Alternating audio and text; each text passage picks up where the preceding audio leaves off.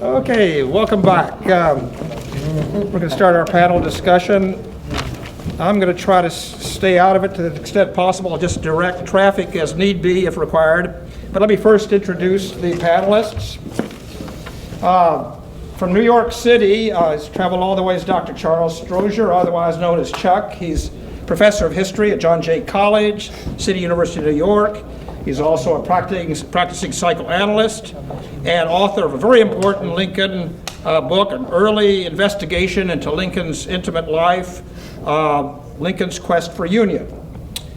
Unfortunately, Dr. Thomas Mackey, the chair of the history department, couldn't come tonight, but we have his boss, which is better in a sense, Dr. J. Blaine Hudson, Dean, College of Arts and Sciences, Professor of Pan-African Studies, University of Louisville. Gerald Tietz is here, Professor of Law, Temple University, a native of Springfield, Illinois, an old friend, a classmate of mine. Last but not least is Bryan S. Bush, a Louisvillian, and he's author of the very important recent book, Lincoln and the Speeds, which is out on the table for sale, as well as Dr. Strozier's book. I said last but not least, but I really should give that honor to Ed Strozier, the director of Lincoln and Louisville, who's come from Philadelphia. Ed Strozier. Ed Shockley. Ed Shockley. Let's give a round of applause for Ed Shockley. Stand up. Come on. all 6'8". Ed is, I realize now working at a play that it's 50% director. 2 days ago, the play was just typing on paper, just a script. In 2 days, less than 2 days really, Ed has brought this play to life in a way that I wouldn't have imagined. It's just astonishing. We started rehearsals at 12 o'clock yesterday, worked into the night about 9 o'clock last night, came back at noon today, and this is what he put together in about 12 hours of intensive work, and it's really amazing, I think. Thank you. Ed is a practicing director, playwright. Is doing a musical now called Armageddon in Philadelphia. Tell us a little bit about your work, more than. I'm just a writer, basically. So, I've written about 70 plays. I've written a long time as a kid, but it's just a writer trying to make a living in difficult American times. And the good news, I won the Pew Fellowship for playwriting this year, so it means that for the next 2 years I'm financially secure. So I'm really, that's why I can do this kind of stuff. Thank you, Ed. I think I just want your remarks as a response to what you've seen on this stage and shine it through your own personal lens. I'll start with Dr. Charles Shockley, okay? Sure. Okay. Well, thank you, David. Pleasure to be here, and I've seen a lot of Lincoln plays and shows and movies over the years, so it was I think that this is quite impressive in the standard of the various productions that have been made, and it balances well the fidelity to the sources in terms of what one knows, as well as trying to develop some excitement, some dramatic excitement, and I know that it had a lot to do with that. So I think you ought to be congratulated. I think there are some. It was very interesting for me to see you take the visit of Lincoln to Louisville in August of 1841 as a way of probing something that really people haven't fully appreciated, I think, in Lincoln scholarship, and that is the significance for him of really seeing what the South was all about, and that is not something that has been. People talk about Lincoln when he went down the Mississippi in 1828 and was attacked by some slaves and got into a fight, but all the way to New Orleans. But really, far more important was the visit to Louisville in terms of really encountering plantation life. So, but maybe a couple of comments, just because something I've thought more about is just sort of the texture of the relationship between Lincoln and Speed. which is really the premise of the play. I think that's what brings it to, and that's what certainly fascinated me for many, many decades. And I think inevitably you have to sort of compress things in a play like this to capture it. But it is interesting. I mean, I think it's worth noting that there's a lot of writing that's taken this relationship and talked about it as much more intimate than is in this play, that I think goes way beyond what the sources suggest. But there's a whole literature that just since 2001 has flourished. A book in 2001, a book in 2008, all kinds of speeches just this last few years arguing that it was a gay relationship. And I mean, this is and it takes off from the fact that they slept together for 3.5 years. But more importantly, it seems to me the texture of the relationship is the sort of thing that the play tries to capture, and that is that they were very, and the fact they slept together really that's what men did in those days. They on the circuit, Lincoln slept with a lot of men, and they talked about the coffee being tough, and it was always like that. But that doesn't mean that the relationship was not unimportant emotionally. And it was a very important friendship in the latter part of the 30s. And I think it is very important that it was Speed leaving Springfield in late December 1840 that precipitated a kind of crisis in Lincoln and Speed had to come back to Kentucky because his father had died and he had to settle the plantation affairs. And that's what led to his to becoming, he was prone to depression, but he became suicidal in January of 1841. It's quite remarkable. And then this play picks up the following August when they visit together and all their interactions.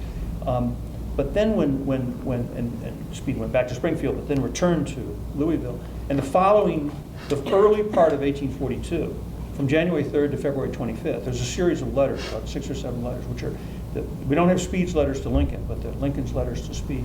And it's as Speed was courting Fanny Henning and having his own doubts.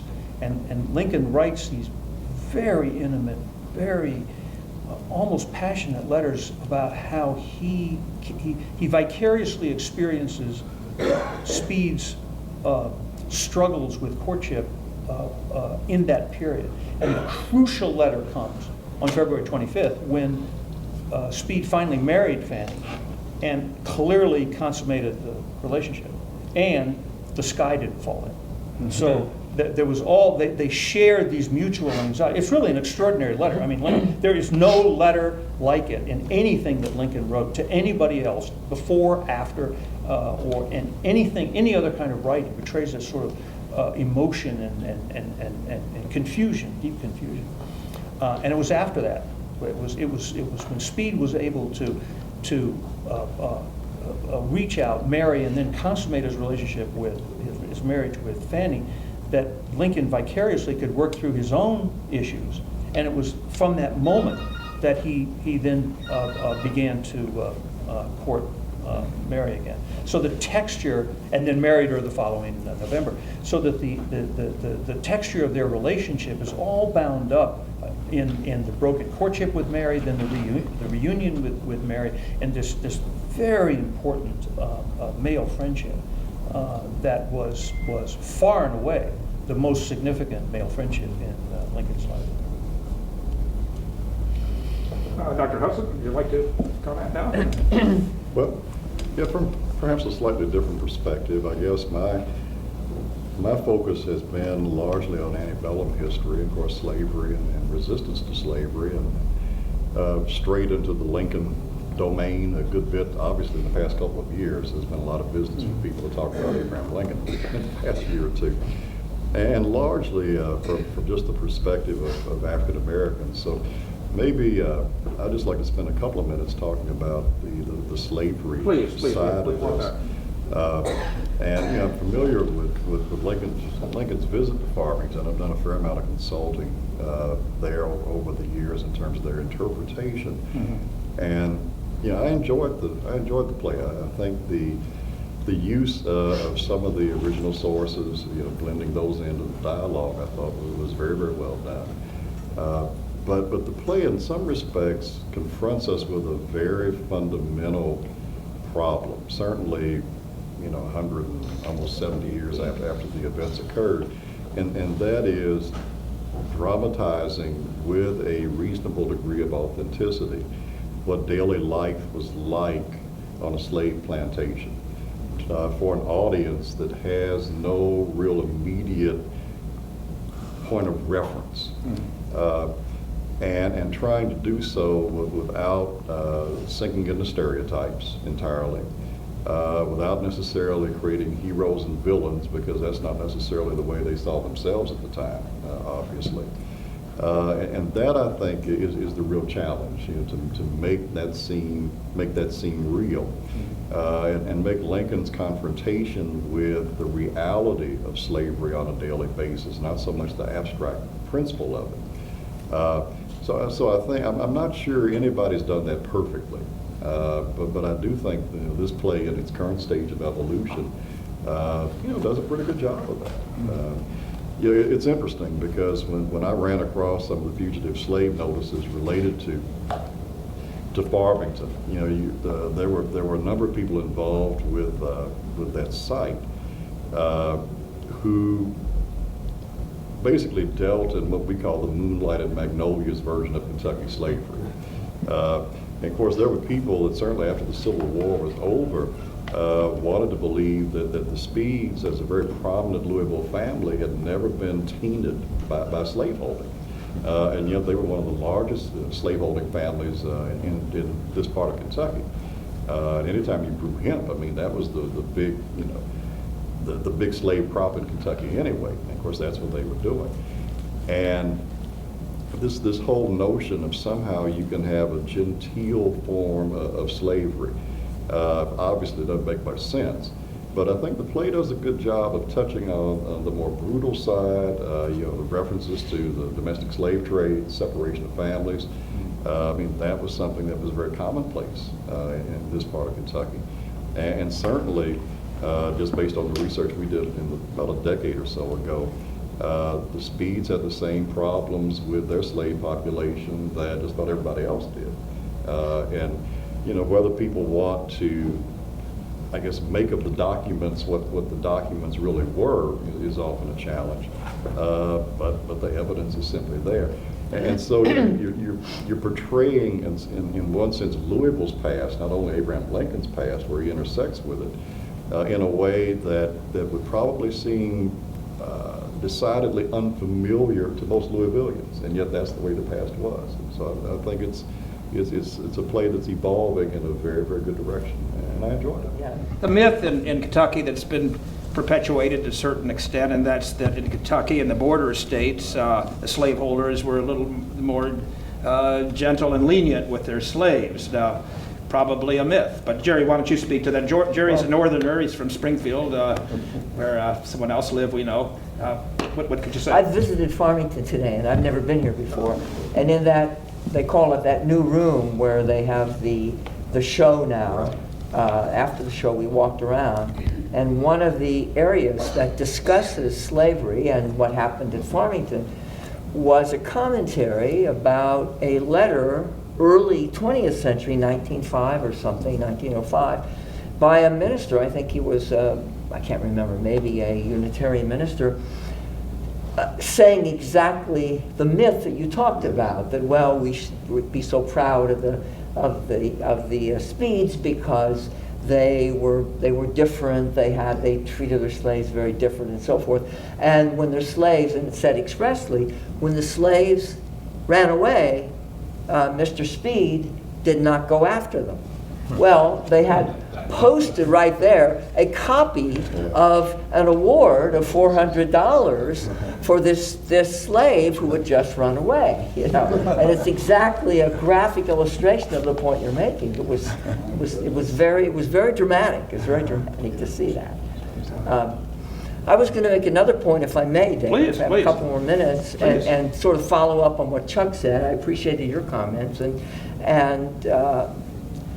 I noticed in the play today, I'd read a very early version of the play for David, and I was obviously very much aware of the changes you've made. I think maybe with you, Ed, some of them. That's true, that's very true. And one of them was the discussion that Mary has with Lincoln toward the end, when she persuades him to think about what he's doing and the impact of leaving without saying goodbye and acting so rashly in effect. I thought that was very effective, and I'd never seen that before. But it's also very important to me because I think it, as we see Abe go through this process, obviously very compressed, this process with her, this is a dramatic illustration of the growing up, part of the growing up that Lincoln did during this period, and kind of culminates at the end of this period, which you mentioned, Chuck, by the time he finally thinks through, works through, correcting his breach of his honor and the breach of his resolve, and gets married to Mary Todd. That kind of is some people, we might not all agree, but I'm a little bit persuaded by it. This is the end of a very critical period, one of the most critical 10 or 11 years of Lincoln's life in a way. He has become much more mature. He's learned how to make judgments. He's learned how to see things in a much more nuanced way. I view the play, I conceive the play as rather a meditation on friendship itself in general, not just this Joshua Speed, Abraham Lincoln friendship, but friendships themselves, the way they can thin out, the way they are altered, the way they changed. So I bring the discussion now to Bryan Bush, who's just published a book, The Friendship of Speed and Lincoln. What do you have to say about the play as it portrays this friendship? Maybe you're not as sanguine about the way we treat it. Yeah. In case anybody wants to know what they look like, I have pictures of Joshua and James. Of course, these are much older pictures of these gentlemen. I think the portrayal of James is right on. James Speed. We really got that from your book. I acknowledge that. Okay. Thank you for he it. has Okay. no sense of humor. He was very much an emancipationist very early on. When they annexed Texas, there's a really nice letter James Speed says right on there. He knew what this was all about. This is a big land grab, and this is just for to expand out the slavery territory. The only thing James Speed did not agree with when Lincoln was formulating the Emancipation Proclamation, he thought the states should have the right for Emancipation Proclamation, not the federal government. But I think what's neat, and I hate to be like Paul Harvey and saying here's the rest of the story, but it's neat the relationships, how they change through time. We're looking at a small segment here, but that friendship continues on all the way through Lincoln's life. Yeah.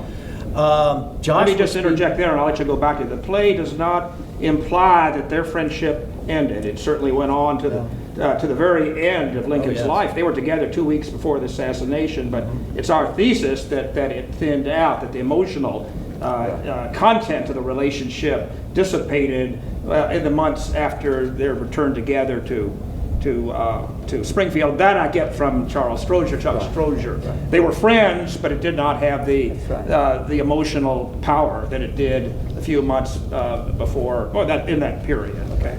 I'm no Lincoln scholar, but well, you are. You're a Lincoln Speed scholar. Just a little you continue a little bit. Okay, so we don't say that it went on, but its power as an intimate relationship weakened, and I happen to know when it's thought that when Lincoln came to Lexington, Kentucky in 1847, when he was elected congressman to Washington from the state of Illinois, he visited his wife Mary Todd in Lexington for 3 weeks. He came by Louisville, stopped here, but he didn't visit his good friend Joshua Speed on that occasion, just a few months later. Okay.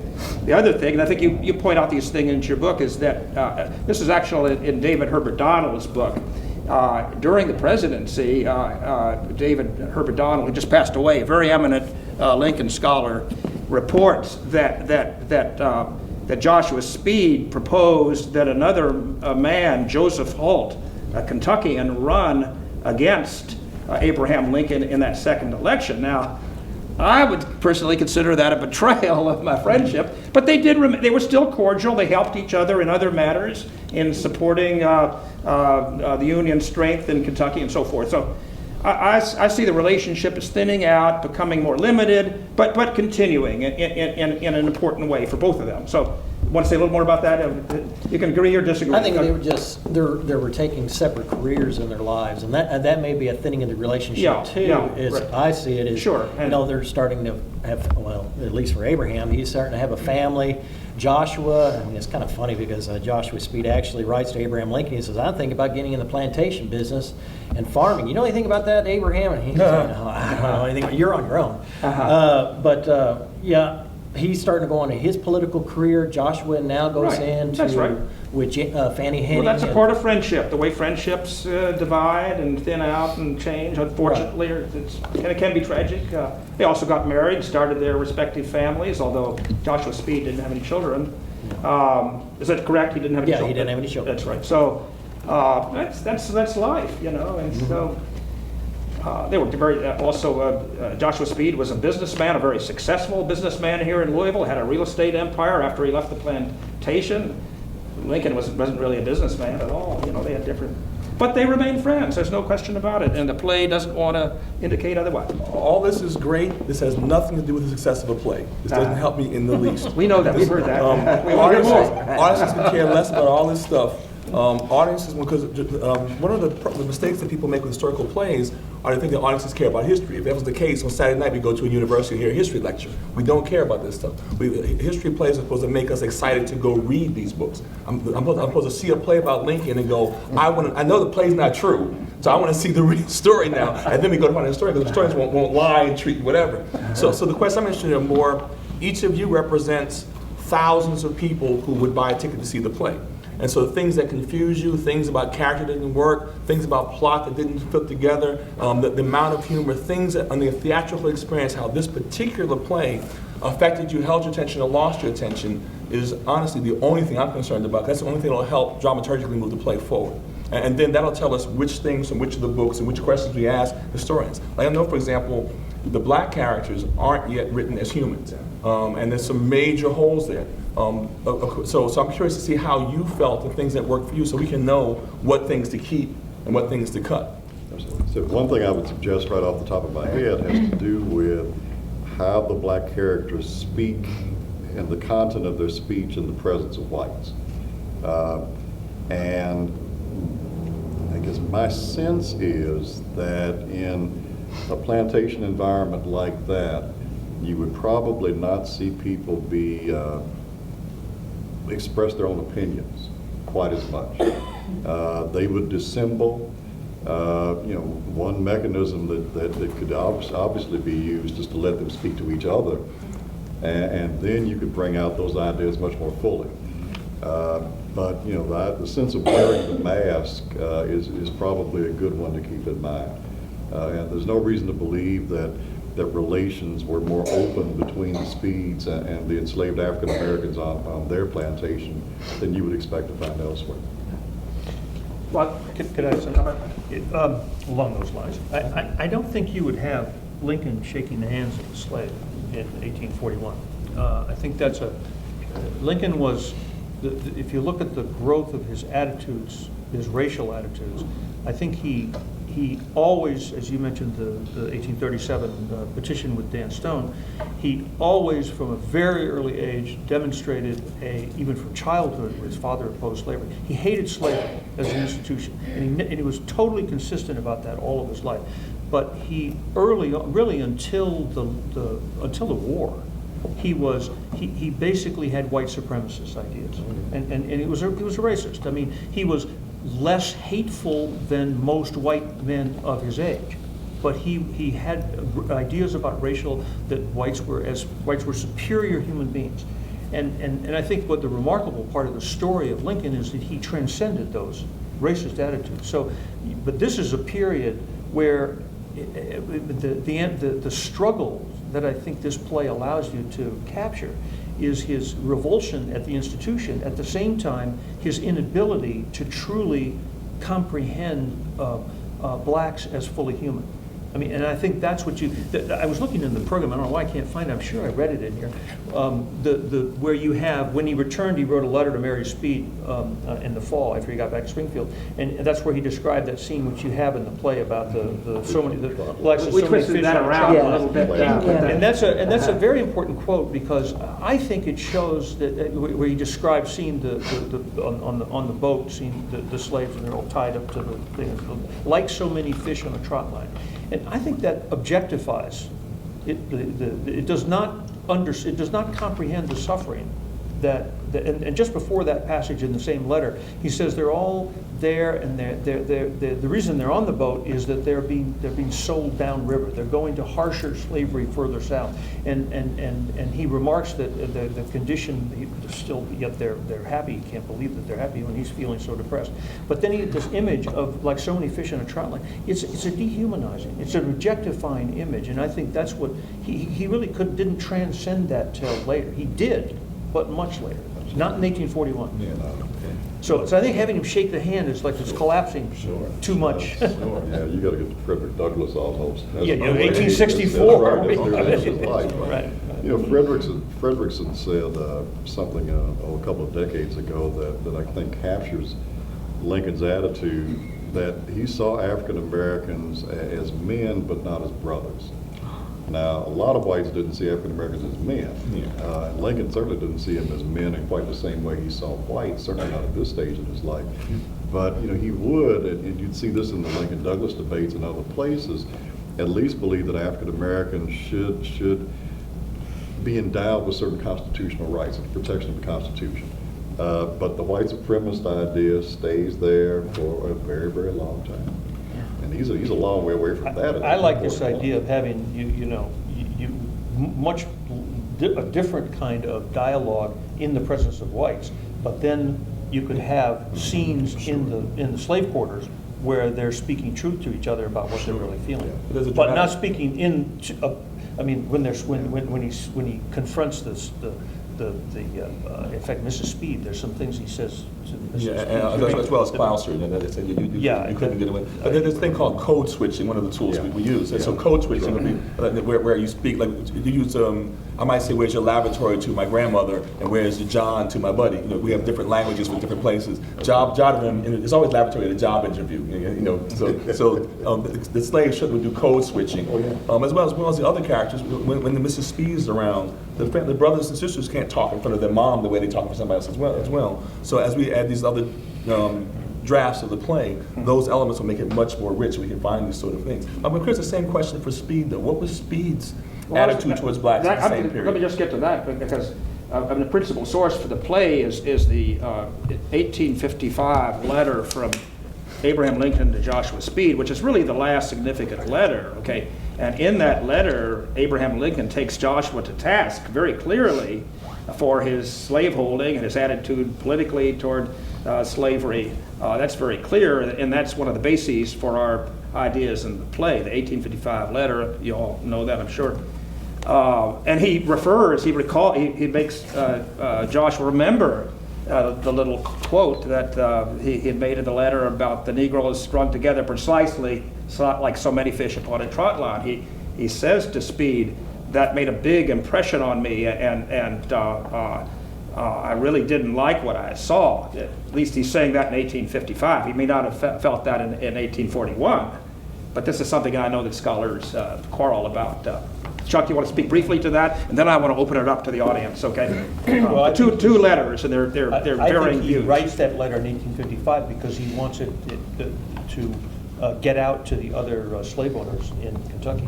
He wants to make clear that he's separating himself. But this is a personal letter. 1855 is very late. It's a personal letter, though. It's not a political speech. It's those kind of letters. He wrote a letter like that to Herndon. When he would often write letters where he wanted to say he was getting the word out to Speed as a major slave owner in Kentucky that what his position was on slavery. Right. This is and the big change when Lincoln But would goes back Speed into share politics. that? Would Speed share that letter with anyone? Of course he would share. Would he? If you got a letter from Obama, you wouldn't keep it to yourself. I think that was for public consumption. If I recall. Okay, well, I think it's... Well, he's got a line in that letter, too, about how a great body of northern people crucify their feelings or something because they have to essentially tolerate slavery in another part of the country if they're going to be loyal to the Constitution. And that whole debate over the extension of slavery, of course, was raging at that time. So he kind of, was taking a stand in relation to that. Well, let's open up to the audience. Do you have some comments and questions? My classmate over here from Eastern High School. I just wonder, Lincoln being Lincoln in my mind anyway, would Lincoln maybe have, instead of offering his hand, would he maybe offer his hand to touch instead of, he wouldn't have done that either? I mean, he wouldn't have. I'm not sure I agree with that. I think he may well have made a gesture. He was too kind. Well, he's down. such a kind man. I just wondered if he might just put his hand on his arm as a gesture of kindness. I think you can go back pretty far in Lincoln's life and the history, the documents that illustrate it, and find that he had serious misgivings about slavery, if not, I think a fairly deep-seated opposition to it. But he also had some of the ideas we've talked about up here relating to I guess, the humanity of African Americans, or certainly the equality of African Americans and whites. And then this notion of respecting the Constitution, which at least protected slavery in the slaveholding states. I think seeing slavery up close and personal,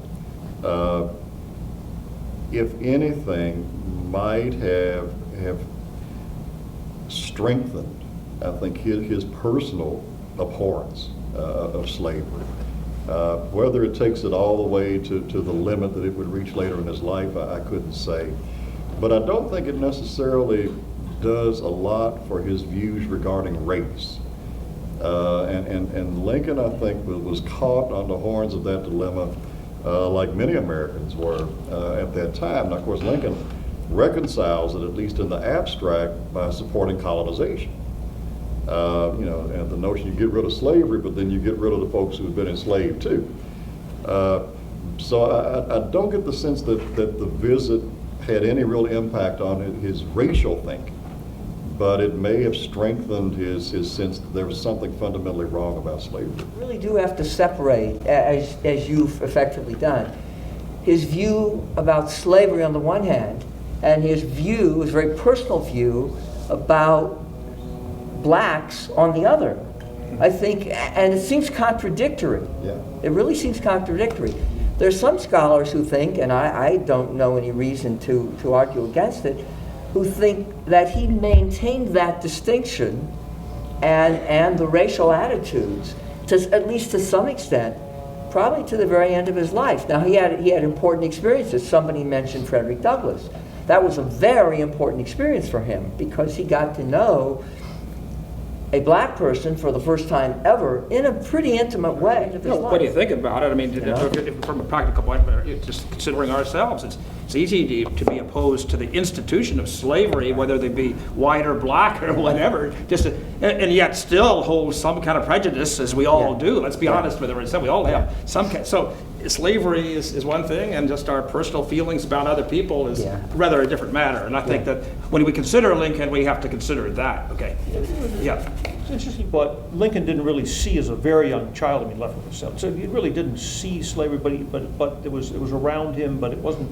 He didn't experience it in any direct way. He was too young. So then he goes to Indiana. He's raised. Then he moves to Illinois. He takes one boat trip to New Orleans in 1828 when he's a young man. His only direct experience of slavery was his trip to Farmington. And the next important thing he did, the letter, the thing you talked about, the petition with Dan Stone in 1837 is very abstract. It is an intellectualized opposition to slavery as an institution. That's important, but he hadn't seen slavery. The only time he saw slavery was in Farmington, and the next most important thing he did was in 1848 when he was elected to the 30th Congress. One of the first things he did was to introduce a bill for gradual, emancipated, compensated slavery in the District of Columbia in Washington, D.C. Now, it was gradual. It was over half a century. It would have ended in 1898. It was compensated, so it was in one sense, it was very moderate, but it was a radical move. He was laughed out of Congress. He was regarded as a radical abolitionist. He spent years in the 1850s in Springfield having to fight down his reputation in Washington as an abolitionist. And so it's interesting. I mean, I hadn't thought about it. I've never thought about this until you asked that question, that the only time he really saw how the institution worked was in Farmington. And the next most important thing he did is 1848, when he's introduces, he's elected to the 30th Congress, and he introduces a bill to end slavery in a part of the United States. It was the first time that any legislator in the history of the United States had introduced a bill to end slavery anywhere. Now, it went nowhere, and he was laughed out, but nevertheless, he took that step. But I think what's important about the visit to Farmington, as was just mentioned, once slavery begins to end in the North and then the old West, Northwest Territory after the American Revolution, you slowly evolve into what amounts to almost like two nations under one government. And as time goes by, more and more people who live outside the slaveholding states only know what slaveholding is in abstract terms. The number of free black people scattered in the northern states and the West was fairly small. So I mean, you're going to have just a small percentage of free people of color as you kind of go from town to town, if you have any at all. And so over time, Northerners saw slavery very much in abstract terms. And of course, to some extent, that made them susceptible to the Southern rationalizations for slavery, because if you don't see it and you don't know what's going on, and somebody talks about it like a patriarchal system, well, how do you know, right? Except those crazy abolitionists saying it's something different. Well, maybe it is a good system. But when you see it up close and personal, that's a very different experience. And to some extent, when you think about the effect of something like Uncle Tom's Cabin, which dramatized a reality of slavery that had an impact in the North and even in other countries, that made it real in a sense that it really had not been for a lot of folks outside the South. It's a powerful experience. Can I have some more comments from Charles? Well, I understand at Farmington he would have experienced slavery in a much more projected way, but surely he saw slavery as he went to New Orleans. He saw slave trading. He saw. He had seen it, and it had a powerful impact. And he went there twice. He went there twice. Yeah, he went there twice. That's right. But I think the extended living with, the sort of staying with Speed, and I mean, it was a. He saw it working on it. He was visiting a city where there was slavery. He saw auctions. He was appalled, and it had an impact on him. But he hadn't lived on a day-to-day life where the slave quarters were, the kind of code language, and the way people treated each other. And I wonder though that, as I understand, Judge John Speed was very active, as you said, in the colonization effort. And it appeared to me that the Speeds were very guilty slave owners. They had, on the one hand, they did want to present themselves as, these, benevolent stewards of their slaves, but at the same time, they had the same problems for the most part. I wonder would they have been referred to as slaves or as servants on Farmington? And it was very common for them to call enslaved African Americans servants. And certainly, as you kind of climb the social ladder, that was very common. Just like the statement that the Mary Speed character made about, if you're going to whip somebody, don't whip them on the front porch. Take them in the barn or let it happen out of sight. So it could be in the bottom of the jail in the city, or someplace where it's out of sight, out of mind. But it didn't, I think, take away from the fundamental hypocrisy. One of the problems for Lincoln scholarship and biography and the play itself is that the letters from Lincoln to Speed exist for the most part, many of them, but none of the letters in response in this period exist or have been found yet. Now, Bryan, what would you say about that? A very, very difficult problem for everyone in our Lincoln community. Yeah. Where did those letters go? Where are they? Do they exist? I mean, they went to Lincoln. What did he do with them? Did he throw them away? You can only infer what Joshua says from Lincoln's response and vice versa. So maybe Chuck can speak to that. But Bryan, what could you say? Where are those letters? A rhetorical question. I mean, maybe, like I said, I'm not a big Lincoln scholar, but if it's not mistaken, I think Mary, after Lincoln was assassinated, she got rid of everything. I mean, she burned the love letters, if I'm not mistaken, between the two. She got rid of the dresses, her jewelry. She wore black the rest of her life. And she went into mourning. I mean, they had to kick her out of the White House practically, saying, "You're not the first lady here anymore. You gotta go." I mean, she was very torn up, and personally, I don't blame her. I would be too if I lost a child while in the White House and then lost my husband. Then she had lost a child even before that. Right. So this is a woman that's got some massive tragedy in her life. But from what my understanding is, she probably destroyed a lot of those letters. Oh, that's an interesting theory. What do you have to say, Chuck? Where are those letters? I think Lincoln threw them away. Remember, the crucial letter is February 25th, and he writes, and this is after he's gotten the letter promised on the 13th that about what happened when he got married. And obviously, consummated the marriage for Brooke didn't fall in. But in that letter, he writes one letter to Speed, which is the real letter, which is very intimate, and oh my God, this is incredible. I'm still, 10 hours later, I'm still trembling, he writes. And then he encloses with that letter a second letter, which is much more innocuous, which is a letter that he could show to Fanny. So he has a secret letter to Joshua, and so the relationship was a very intimate. It had overtones of closeness that implied a kind of exclusivity.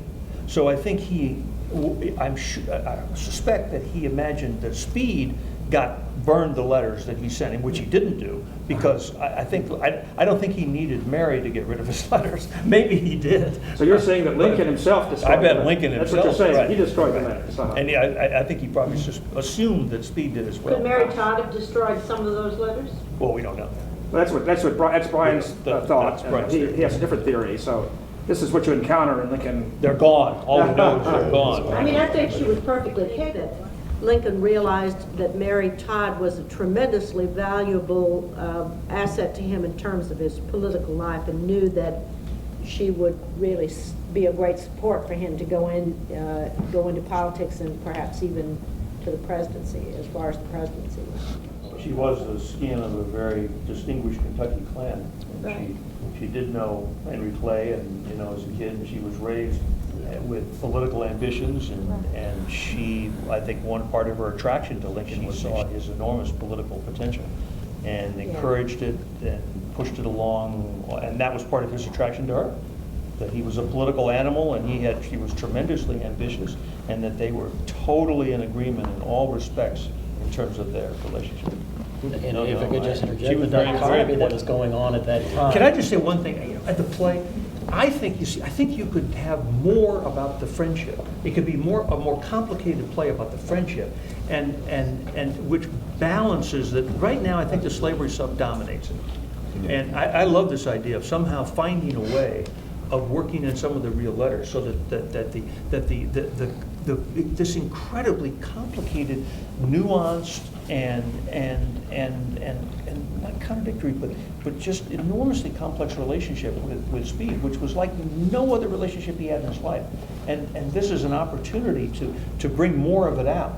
I think there might be other plays that use that sort of letters, that back and forth letter thing, that device. The love letters and love letters and things like that. It's a Kind of device foreshadowing, It's a device too. from back to Screeve. I mean, there's a play called The Letter by Screeve. I mean, letters have been a major device for exposition, and there's no really dramatic obstacle, especially since letters don't exist, and that gives you carte blanche to do whatever you want to do. So you basically create the letters that you want. Dr. Hudson, if we followed that tact, do you think that would take the focus off our exploration of slavery and African American life? Or Not necessarily. I mean, it's a balancing act that we've been continuing to struggle with. I think you've got a scene or some parts of scenes that could probably be rewritten in terms of the dialogue that would bring sort of the history and the depth of the friendship out in more detail. That wouldn't necessarily have to be inserted at the expense of other parts of the play that may relate to slavery. So I think it's more a question of how those parts of the play are used and the substance that you try to convey. And Mary, as a child, loved her mammy more than her stepmother. She lost her own mother. And so he had these strong feelings for this woman who loved her mammy and would ask her mammy if she could help give food to the Negroes who had escaped and were going on the Underground Railroad. And then, for some reason, emotionally or whatever, their relationship broke up. He found himself at Farmington. But you know, all of us are not the same people today that maybe we were 10 years ago. The seeds were planted in Farmington, and he evolved himself.